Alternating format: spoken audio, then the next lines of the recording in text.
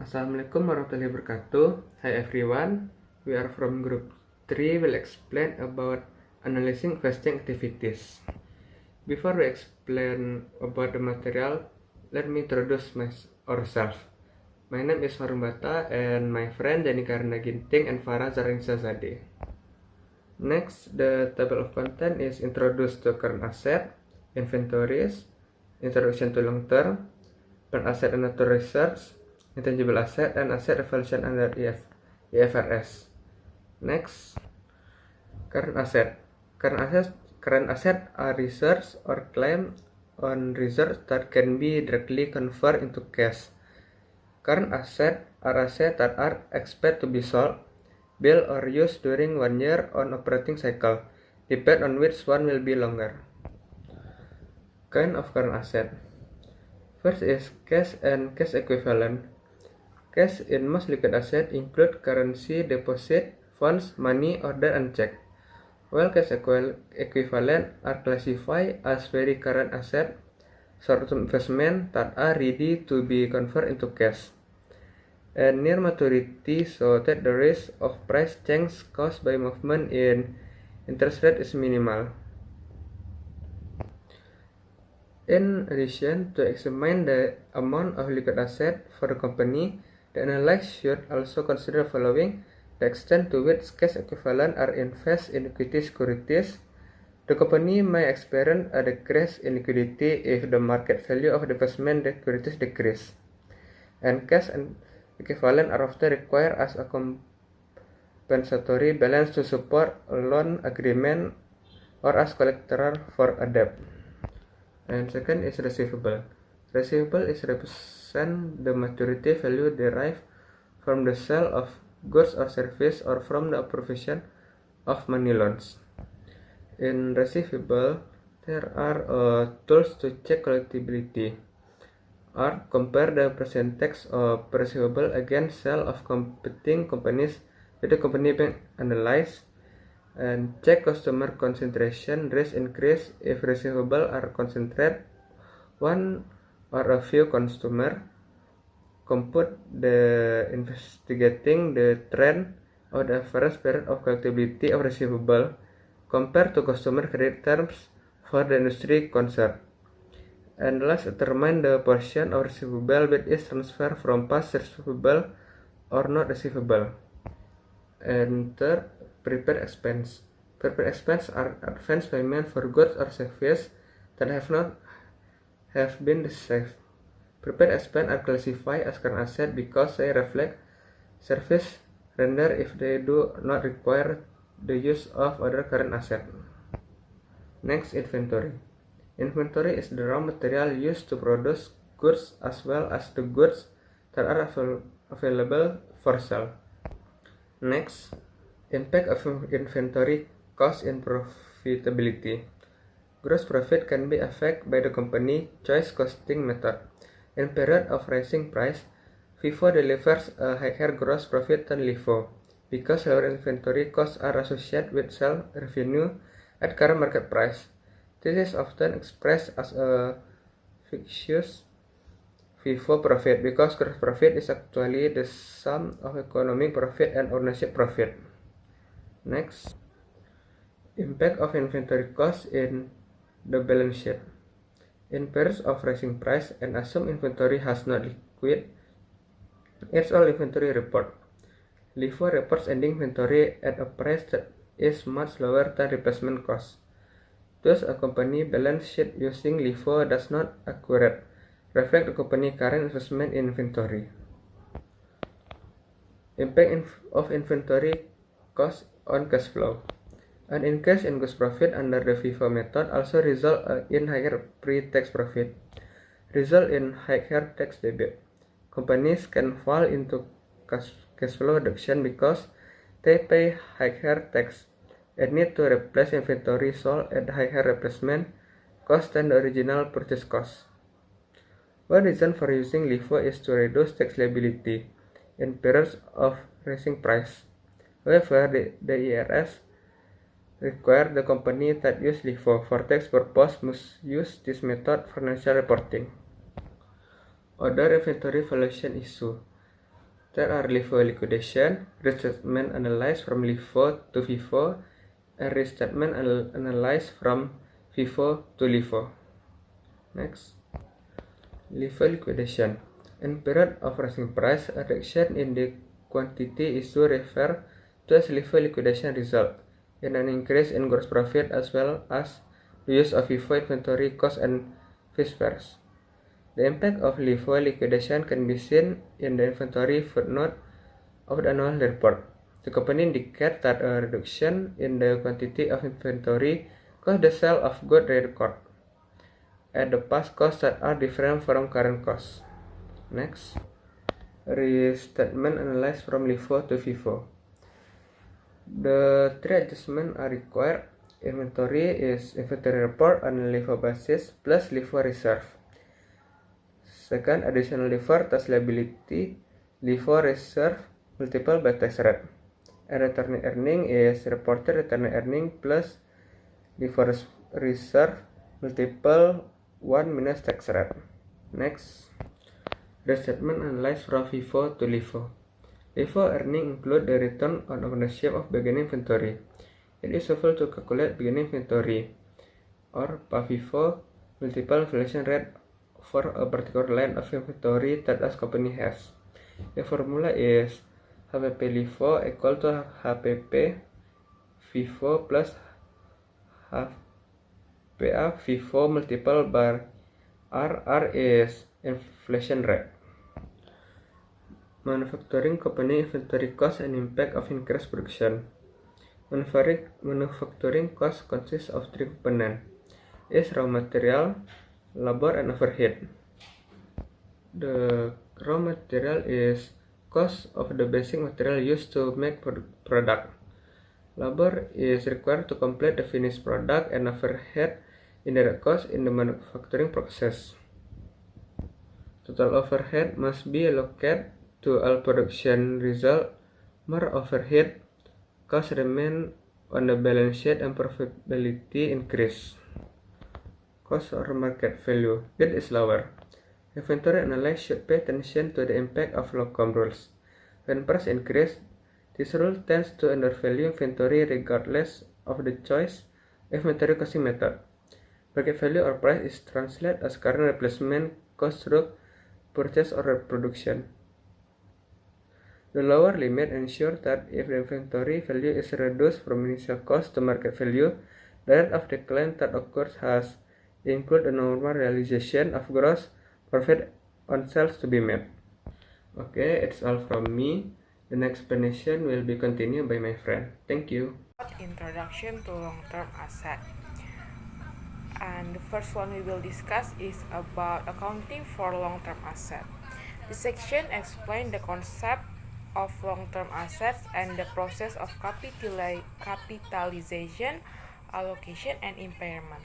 Capitalization is the process of deferring a cost that is incurred in the current period but whose benefits are expected to extend to one or more future period.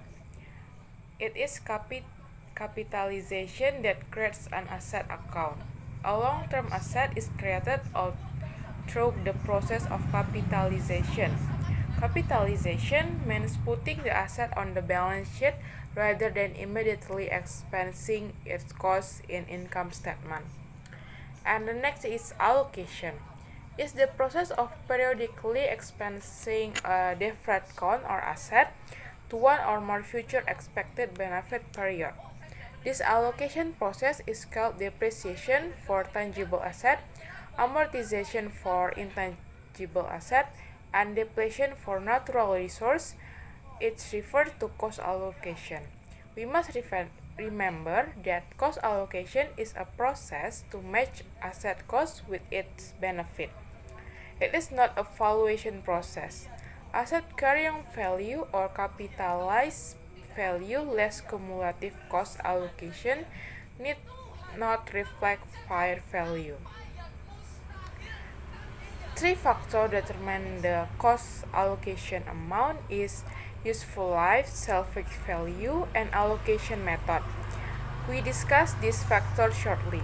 However, each of these factors requires estimates that involve managerial discretion. Analysis must consider the effect of this estimate of financial statement, especially when estimates change. And the last one is impairment. Is the process of writing down the book value of the asset when its expected cash flow are no longer sufficient to recover the remaining costs reported on the balance sheet. When the expected or undiscounted cash flow are less than the asset's carrying amount or cost less accumulated depreciation, the asset is deemed to be impaired and is written down to its fair market value or the discounted amount of expected cash flow. Fair market value or the discounted amount of expected cash flow. The effect is to reduce the carrying amount of the asset on the balance sheet and to reduce profitability by a like amount. The fair value of the asset then becomes the new cost and is depreciated over its remaining useful life. It is not written up if expected cash flow subsequently improve. From our analysis perspective, two distortions arise from asset impairment. The first one is conservative bias distort long-term asset valuation because assets are written down but not written up. The second one is large transitory effect from recognizing asset impairment distort net income. And the next one we will discuss about capitalizing versus expensing. Capitalization is an important part of accounting. It affects both financial statement and their ratio. It also contributes to the superiority of earning over cash flow as a measure of financial performance. This section examines the effect of capitalization and subsequent allocation versus immediate expensing for income measurement and ratio computation. And the next topic is effect of capitalization on income. The first one is capitalization yields a smoother income series. And the second one is it postpones recognition of expense in the income statement. And the effect of capitalization for return on investment. Capitalization decrease volatility in income measure and similarity return on investment ratio. In contrast, expensing asset cost yields a lower investment base and increase income volatility. And the third one is effect of capitalization on solvency ratio. Under immediate expensing of asset cost, solvency ratios such as debt to equity reflect more poorly on company than warranted. And the effect of capitalization on operating cash flow is when asset costs are immediately expenses, they are reported as operating cash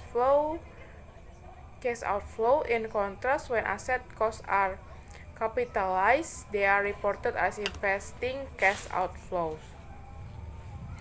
And the next one is plant asset and natural resources. Property, plant and equipment or plant asset are non-current tangible assets used in the manufacturing, merchandising or service process to generate revenue and cash flow for more than one period.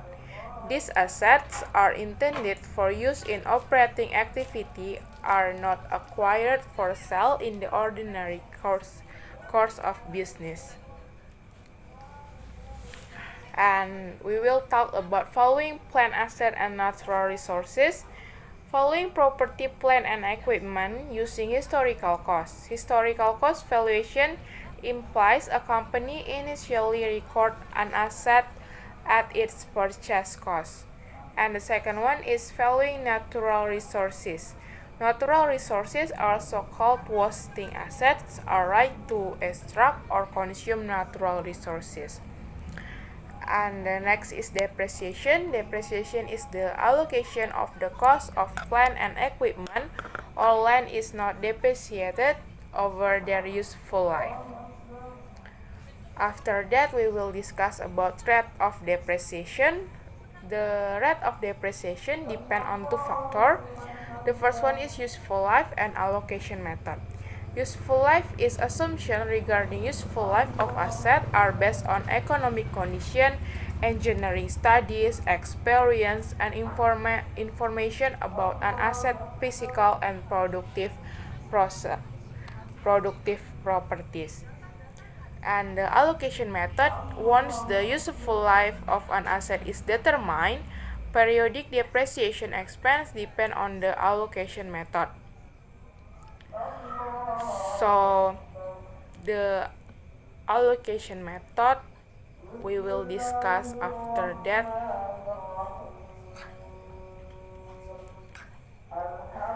Allocation method, once the useful life of asset is determined, depreciation expense depend on the allocation method. Depreciation varies significantly depending on the method chosen. We consider the two most common classes of method.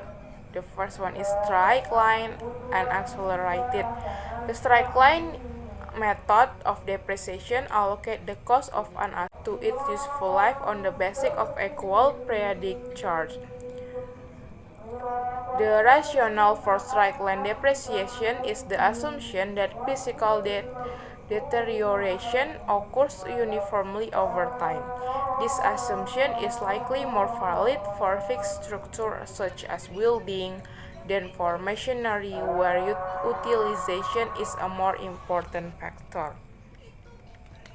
And the accelerated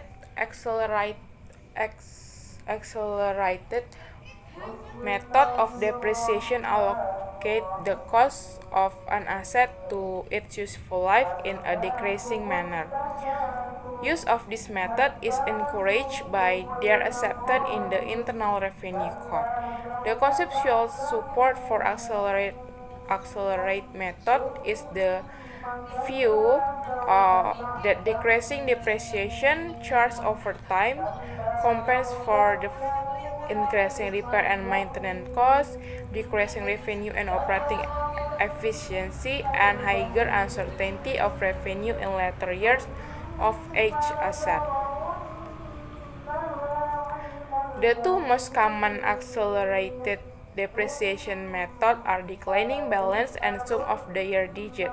The declining balance method applies a constant rate to the declining asset balance or carrying value, and the sum of the year digit method applies a decreasing fraction to asset cost less salvage value.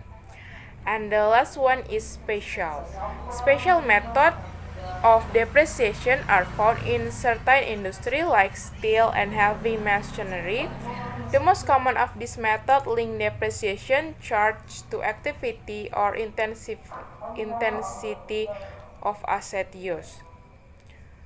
For example, if machinery has a useful life for 10,000 running hours, the depreciation charge varies with hour of running time rather than the period time. It is important when using activity method or also called unit of production method that the estimate of useful life be periodically reviewed to remain valid under changing condition.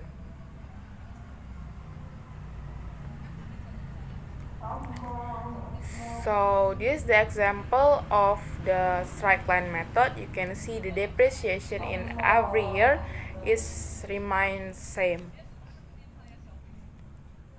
And it's the example of double declining balance method, or you can also read in our book. And this is the example of sum of the year digit method of depreciation. And we will talk about depletion. Depletion is the allocation of the cost of natural resources on the basis of rate of extraction or production. The difference between depreciation and depletion is that depreciation usually is an allocation of the cost of a productive asset over time, while depletion is an allocation of cost based on unit exploitation of natural resources like coal, oil, mineral, or timber. And impairment. When the fair value of an asset falls below the depreciated carrying value on the balance sheet, the carrying value on the balance sheet is written down to its fair value, such a write-down or write-off of the value of a long-term asset. And analyzing plant and natural resources. Analyzing plant and natural resources is valuation of plant asset and natural resources emphasize objectivity of historical costs. Unfortunately, historical costs are not especially relevant in assessing replacement value or in determining future need for operating expense. The analyzing plant asset and natural resources divided by two. The first one is analyzing depreciation and depletion, and the second one is analyzing impairment.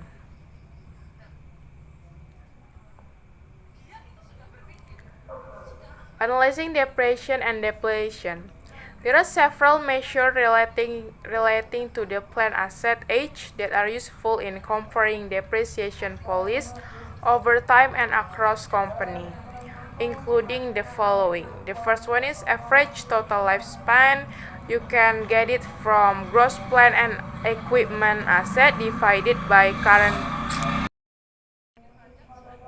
year depreciation expense. And the average age, you can get it from accumulated depreciation divided by current year depreciation.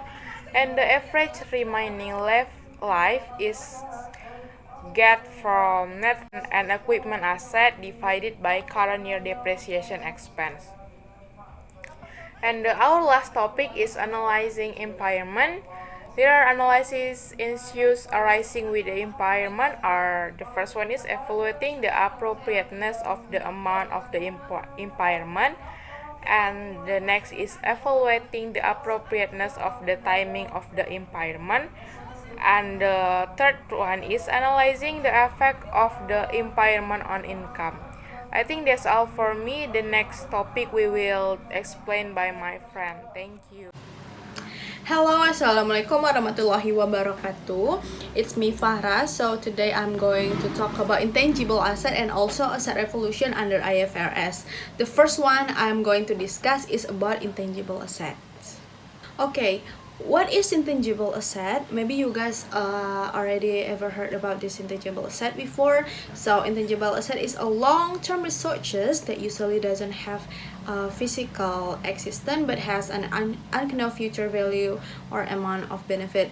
As we know that, for example, of asset such as a building, so a building have a physical existence, but for this intangible asset there are no physical existence. In intangible asset, there are two common characteristics that are high uncertainty of future benefits and lack of physical existence.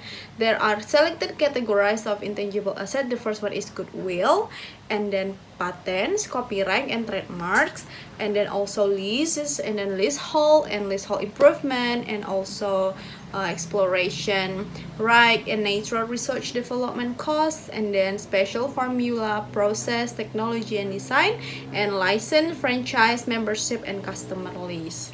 There are some selected categories of intangible asset. Actually, an intangible asset of accounting, there are divided by two types. The first one is identifiable intangible and also unidentifiable intangible. What is identifiable intangible? This is intangible asset that are separately identified and linked with a specific right or privilege that having a limited benefit period.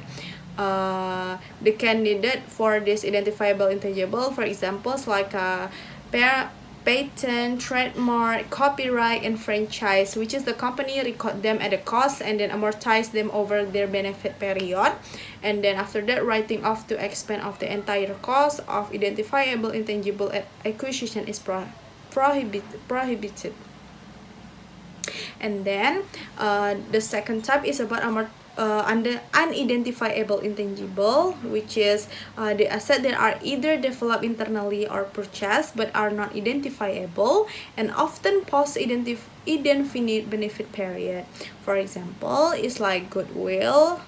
When one company acquires another company or segment, it needs to allocate the amount paid to all identifiable asset and also including identifiable intangible asset and liabilities according to their fair market values. Okay, next is about amortization of intangible. When costs are capitalized for identifiable tangible and intangible asset, they must be subsequently amortized over the benefit period for this asset. The length of a benefit period depend on the type of intangible, demand condition, competitive circumstance, and any other legal, conceptual, regulatory, or economic limitation. And also, for example, patients are exclusively conveyed by government to inventory for a specific period. And then so about analyzing intangible, which is analysts often treat intangible with suspicion when analyzing financial statement. Many analyses associate intangible with riskiness. We encourage caution and understanding when evaluating intangible. Intangible are also often one of the more valuable assets of a company owns, and they can be seriously misvalued. And also analysis of goodwill will reveal some interesting cases. Since goodwill is recorded only when acquired, most goodwill likely exists off the balance sheet. So, in analyzing intangible, we need to prepare to form our own estimate regarding their valuation. We must also remember that goodwill doesn't require amortization, and the auditors have a difficult time with intangible. And also, especially goodwill, our analysis must be alert to composition, valuation, disposition, and also goodwill. And then, the fourth one is about unrecorded intangible and contingency, which is if we discuss about this asset, it's not always complete without tackling and about intangible and contingent asset not recorded in balance sheet.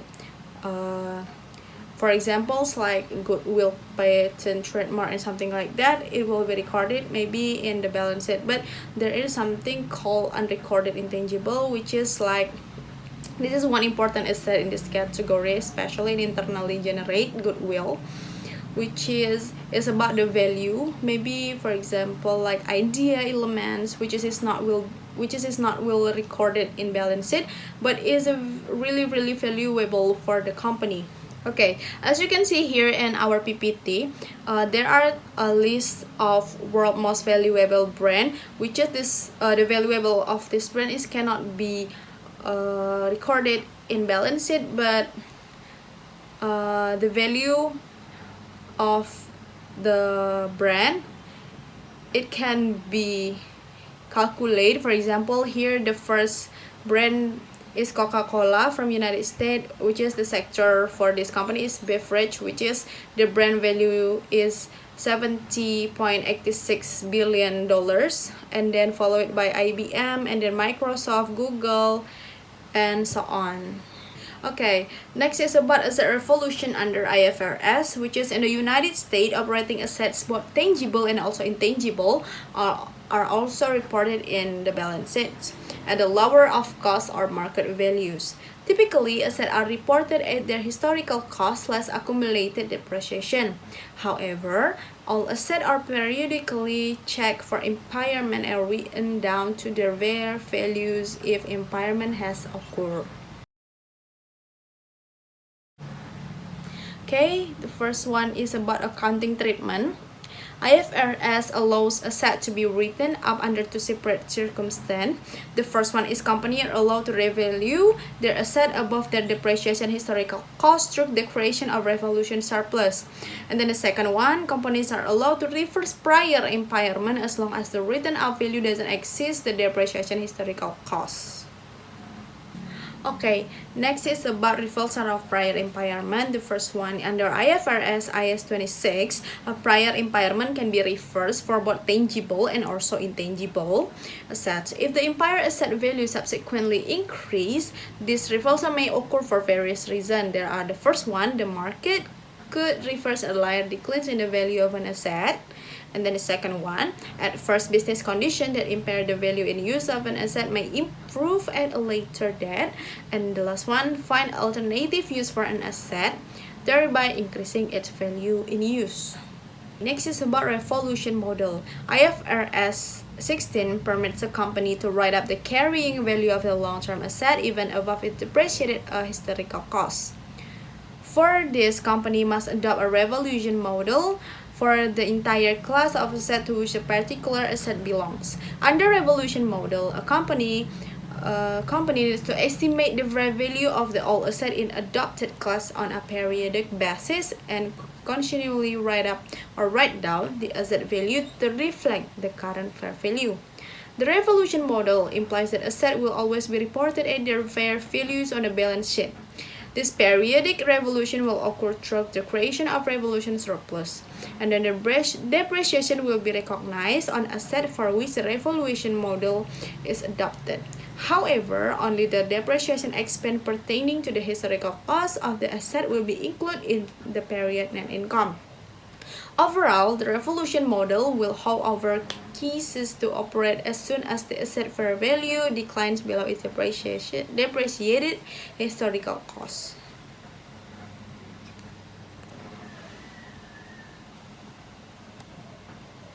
Okay, next is about revaluation disclosure.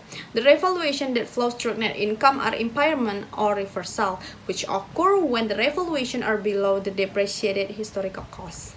All revaluation that rise asset values above the depreciated historical cost are made through direct equity adjustment, which occur through comprehensive income, and then also the moment in the revaluation surplus is reported in net information. Next is about analysis implication. The first one, asset revaluation, both upward and downward, can have significant effect on the financial statement. An analysis needs to be cognized of asset revaluation when examining companies that use IFRS.